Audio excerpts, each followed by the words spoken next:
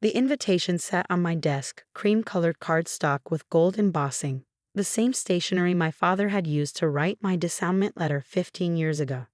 The irony wasn't lost on me. Please join us for dinner at the Anderson family estate at 8. Your presence is urgently requested. My assistant Thomas watched as I turned the invitation over in my hands. Are you going to go? I leaned back in my chair, looking out at the Manhattan skyline from my corner office. What do you think, Thomas? After 15 years of silence, they suddenly want a family dinner. My name is Sarah Anderson, though I haven't used that last name since I was 22. Back then, I was just the rebellious older daughter who dared to question my father's business practices.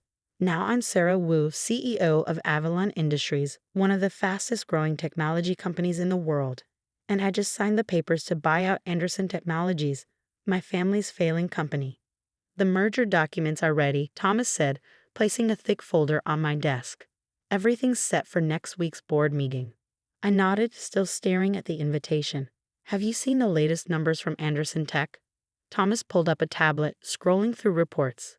Stock's down 60% from last year. Your sister's latest product launch was a disaster. Rumors that they won't make payroll next month. Rachel, my perfect younger sister, who'd always done everything right in our father's eyes. The one he'd chosen to run the company, claiming she had the right temperament for leadership. The same sister who hadn't spoken a word in my defense when he'd thrown me out. Book me a flight to Boston, I said finally. Let's see what they want. The Anderson estate hadn't changed in 15 years. Same manicured lawns, same imposing stone facade, same sense of old money and older expectations. As my car pulled up the circular driveway, I saw other vehicles already parked, Rachel's Range Rover, my father's Bentley. Thomas had insisted on having a car wait for me. Just in case, he'd said. Smart man. The butler, not the same one from my childhood, opened the door before I could knock. Miss Anderson, he greeted me formally. Miss Wu, I corrected him. His eyes widened slightly, but he nodded. Of course, my apologies, Miss Wu. The family is waiting in the study. The study where all important Anderson family decisions were made, where my father had told me I was no longer welcome in his house or his company. I straightened my Prada jacket and followed the butler down the familiar hallway. Family photos lined the walls. Rachel's graduation, her wedding, her taking over as CEO. My face was conspicuously absent, all traces of my existence carefully removed. The study door was open. Inside, my father sat behind his massive desk, looking older than I remembered, but still radiating authority. Rachel perched on the leather sofa, her designer outfit not quite hiding her nervous fidgeting. And in a corner, my mother sat silently, just as she had the day I left. Sarah, my father said, standing. Thank you for coming. I remained in the doorway, not quite entering their space. Well, when the great William Anderson requests your presence, how can you refuse? Rachel flinched at my tone. Father's jaw tightened, but he pressed on. Please sit. We have much to discuss. I chose an armchair near the door, crossing my legs and waiting. The silence stretched uncomfortably. Finally, my father spoke. We're aware of your success in recent years. I raised an eyebrow. My success? You mean building a billion-dollar company from scratch while you were grooming Rachel to run Anderson Tech into the ground? Sarah, please, my mother spoke for the first time. We're trying to have a civil conversation. Civil? I laughed. Like the civil way you all sat there while father threw me out, or the civil way you've pretended I don't exist for 15 years. Rachel stood up suddenly. We made mistakes, okay? Is that what you want to hear? We were wrong. I studied my sister, really looked at her for the first time. The perfect blonde hair was styled as immaculately as ever, but there were shadows under her eyes, tension in her shoulders. Running a failing company didn't look good on her. Why am I here? I asked, turning back to my father. He sighed heavily, looking every bit his 65 years. Anderson Technologies is in trouble. We need your help. And there it was, not an apology, not an acknowledgement of the pain they'd caused, just another business transaction. Your help? I kept my voice neutral. What kind of help? We've seen what you've done with Avalon Industries, he said. The innovation, the growth. We need that kind of thinking at Anderson Tech. I thought about the merger documents waiting in my briefcase, about the months of careful planning that had led to this moment. And what exactly are you offering? A partnership, Rachel jumped in. Co-CEO position, equal say in the company's direction. I almost laughed. They had no idea how close they were to having no say at all. Let me get this straight, I said, standing. For 15 years, I was the family disappointment, the one who didn't understand business, the one who wasn't worthy of the Anderson name. But now that you're failing, suddenly I'm good enough. That's not fair, Rachel protested. Things are different now. Different? I turned to her. Different how?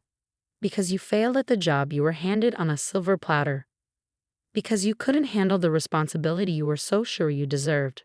Enough, my father's voice cracked like a whip. We're offering you a chance to come home, Sarah, to be part of the family again. I reached for my briefcase, pulling out the merger documents. That's a generous offer, Dad, but I have a counter-proposal. I placed the papers on his desk, watching as he picked them up. His face went pale as he read. What is this? The future of Anderson Technologies, I said calmly. Avalon Industries has been buying shares through various subsidiaries for months. As of next week's board meeting, we'll own controlling interest in your company. Rachel grabbed the papers from our father's hands, her eyes scanning frantically. This is impossible.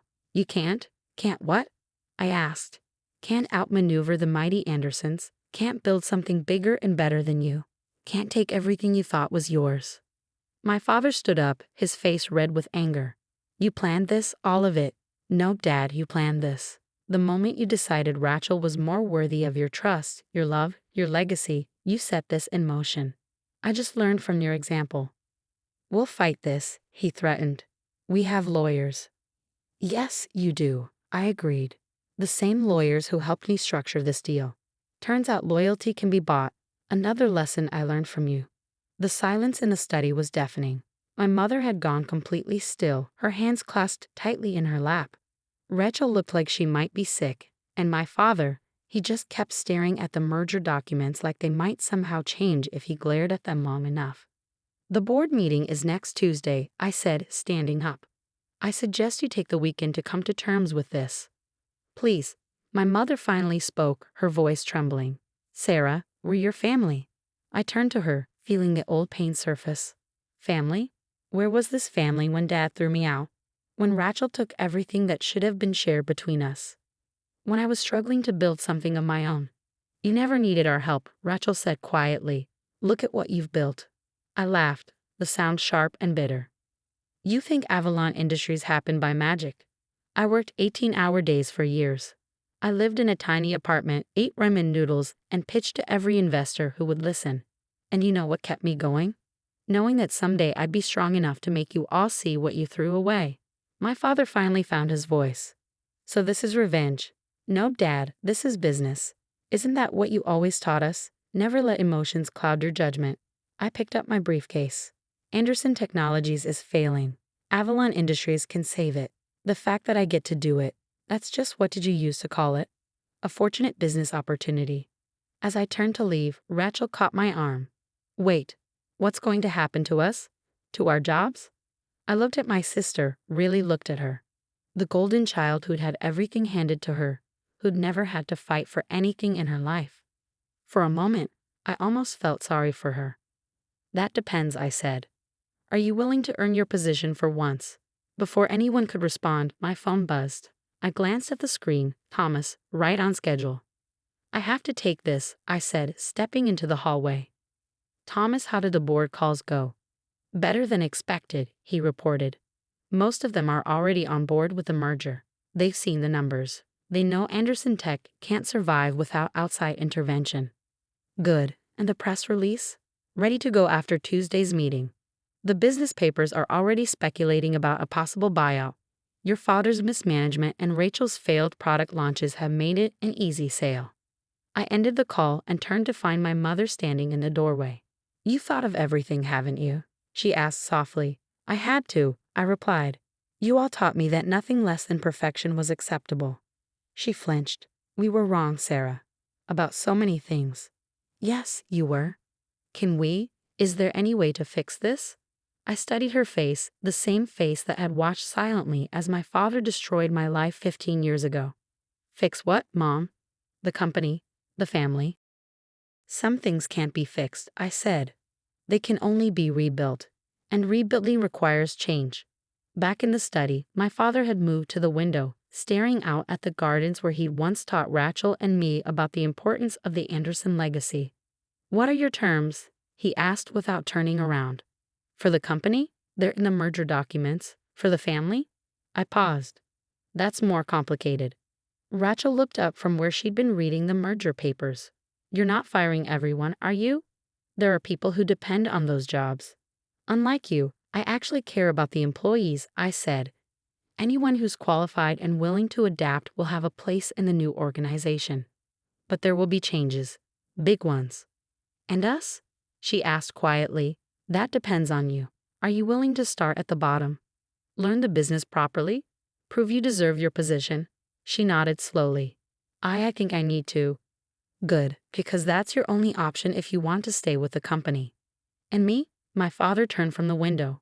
"You'll be offered a position on the board. Non-executive, no direct management role. Your years of experience could be valuable, but you won't be running things anymore." He opened his mouth to argue, then closed it again. For the first time in my life, I saw William Anderson accept defeat. "The board meeting is at 10 a.m. on Tuesday," I said, gathering my things. "I suggest you all be prepared." As I reached the door, my mother called out, Will you stay for dinner?" I turned back, looking at my family, really looking at them. My father, proud but defeated. Rachel, scared but finally understanding. My mother, hopeful but uncertain. "No," I said softly, "not tonight. We have too much history for casual family dinners. But maybe someday." The next few days passed in a blur of meetings and preparations. Thomas kept me updated on the board members' responses, most enthusiastically supporting the merger, seeing it as their best chance to salvage their investments. On Monday evening, as I sat in my hotel room reviewing the final presentations, my phone buzzed with a text from Rachel. "Can we meet? Just us?" I considered ignoring it, but something made me respond. "Lobby bar. 30 minutes." She was already there when I arrived, nursing what looked like a very expensive glass of wine. "Thank you for coming," she said as I sat down. "What do you want, Rachel?" She took a deep breath. "I wanted to say I'm sorry, not just for now, but for then. For not standing up for you when Dad threw you out. For taking everything without questioning it. For being exactly who they wanted me to be instead of who I should have been." I signaled the bartender for a drink. "And you're just realizing this now?" "No," she admitted. "I've known for years that I was in over my head, that I wasn't cut out for this. But I was too proud, too scared to admit it." "So what changed?" "You did. Seeing what you've built, how strong you've become, it made me realize what real leadership looks like." I studied my sister, looking for any sign of manipulation, but all I saw was exhaustion and genuine regret. "You know things can't go back to how they were," I said finally. "I know. I don't want them to. I want to learn, really learn from the ground up." "Will you teach me?" The next morning, I stood before the Anderson Technologies Board of Directors, my father and sister seated among them. As I presented Avalon Industries' vision for the merged companies, I couldn't help but appreciate the symmetry of the moment minus 15 years ago in this same room. My father had told me I wasn't worthy of the family business. Now I was showing him exactly what he'd thrown away. The vote was unanimous. By noon, Anderson Technologies was officially part of Avalon Industries. As the board members filed out, my father approached me. "You've won," he said simply. "This isn't about winning, Dad. It's about fixing what's broken, in the company, and maybe eventually in the family." He nodded slowly. "I underestimated you. I was wrong." "Yes, you were. The question is, what are you going to do about it now?" He straightened his shoulders, and for a moment, I saw the man who had once taught me about business before pride and prejudice had poisoned everything. "I'm going to watch my daughter run the company I should have trusted her with 15 years ago," he said. "If she'll let me." It wasn't an apology, not really, but it was a start. 6 months later, I sat in what had once been my father's office, now my secondary workspace when I was in Boston. Rachel was presenting her analysis of a potential new product line, work she'd done from the ground up, starting as a junior analyst. "The market research suggests a strong demand," she concluded, "but we need to address these production challenges." I watched my sister confidently handle questions from the team. showing a grasp of details she'd never bothered with before. She was learning, growing, becoming the businesswoman she could have been years ago if she hadn't been handed everything too easily. After the meeting, she lingered behind. That went well, right? It did, I agreed. You've come a long way in 6 months. Thanks to you, she said quietly, for giving me a chance I probably didn't deserve. Everyone deserves a chance to prove themselves, Rachel.